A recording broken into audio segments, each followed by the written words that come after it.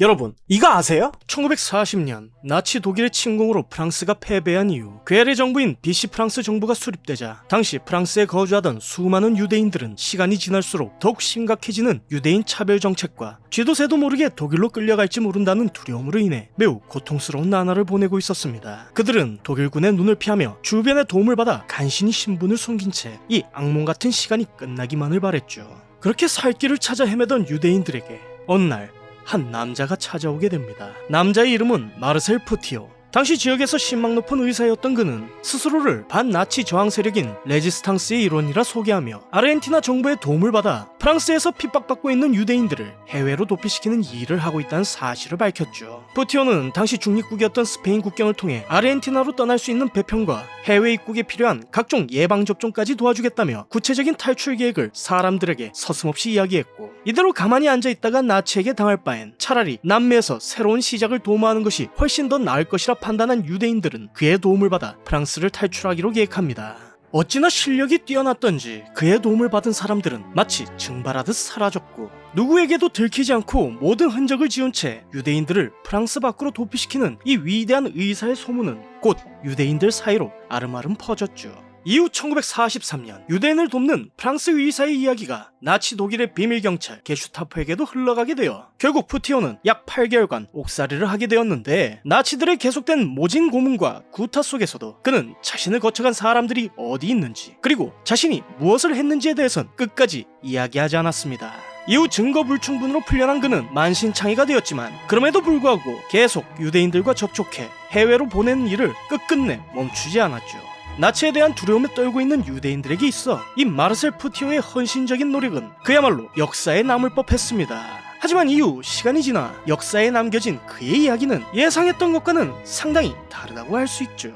1944년 파리 북구 교외에 위치한 한 집에서 흘러나오는 알 수 없는 지독한 악취에 대한 신고를 받고 경찰들이 출동하게 됩니다. 처음 현장에 도착한 경찰들은 집 굴뚝에서 끊임없이 피어나는 연기로 인해 화재를 의심하며 문을 강제로 개방했는데, 냄새의 근원지인 지하로 내려가자 그곳에서 경찰들을 기다리고 있던 것은 정말 상상도 하지 못할 만큼 잔혹한 것이었죠. 대량으로 불타버린 옷가지들과 주인을 잃어버린 가방들, 그리고 무참히 토막난 시신들이었습니다.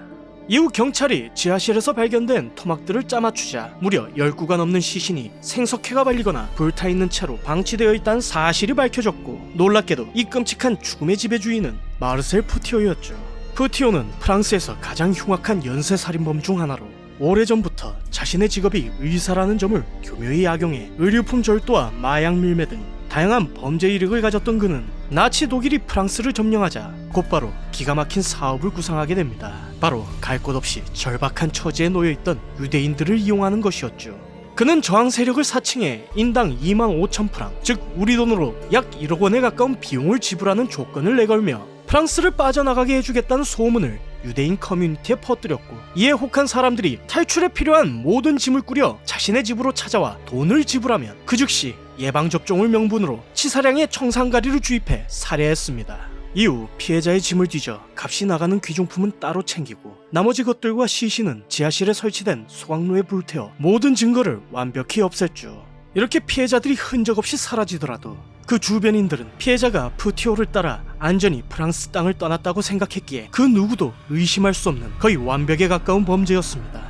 상황이 이렇다 보니 푸티오가 나치에게 끌려갔을 때에도 그는 고문을 끝까지 버티며 진실을 숨길 수밖에 없었는데, 이 사실을 알리 없는 사람들이 그를 나치에게 저항한 영웅으로 추켜 세우게 되면서 안타깝게도 더욱 많은 피해자들을 죽음의 덫으로 끌어모으는 결과를 가져왔죠. 이 모든 진실이 세상에 알려지게 되자 경찰은 긴급히 수배 명령을 내렸지만 당시 제2차 세계대전으로 인해 나라가 혼잡한 틈을 타 푸티오는 신분을 숨긴 채 여유롭게 도피 행각을 벌였습니다. 그렇게 약 7개월간의 도피 끝에 1944년 10월 파리의 한 기차역에서 체포된 푸티오는 곧바로 재판에 넘겨졌는데, 그는 뻔뻔하게도 자신을 불운한 애국자라 소개하며 나라를 빼앗은 독일인과 나치에 협력한 도역자들을 처치하고 부정한 재산을 환수했을 뿐이라며 거짓으로 스스로를 변호했지만 이미 모든 정황 증거를 수집한 법정에선 전혀 통하지 않았죠. 결국 푸티오는 27명 이상의 유대인을 살해하고 1억 프랑 이상의 재산을 갈취한 죄로 1946년 단두대로 끌려가 처형당하게 됩니다.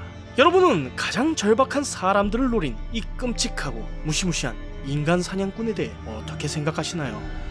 몰라도 상관없는 지식, 물상식. 다음 시간에 좀 더 재미난 이야기로 찾아뵙겠습니다. 감사합니다.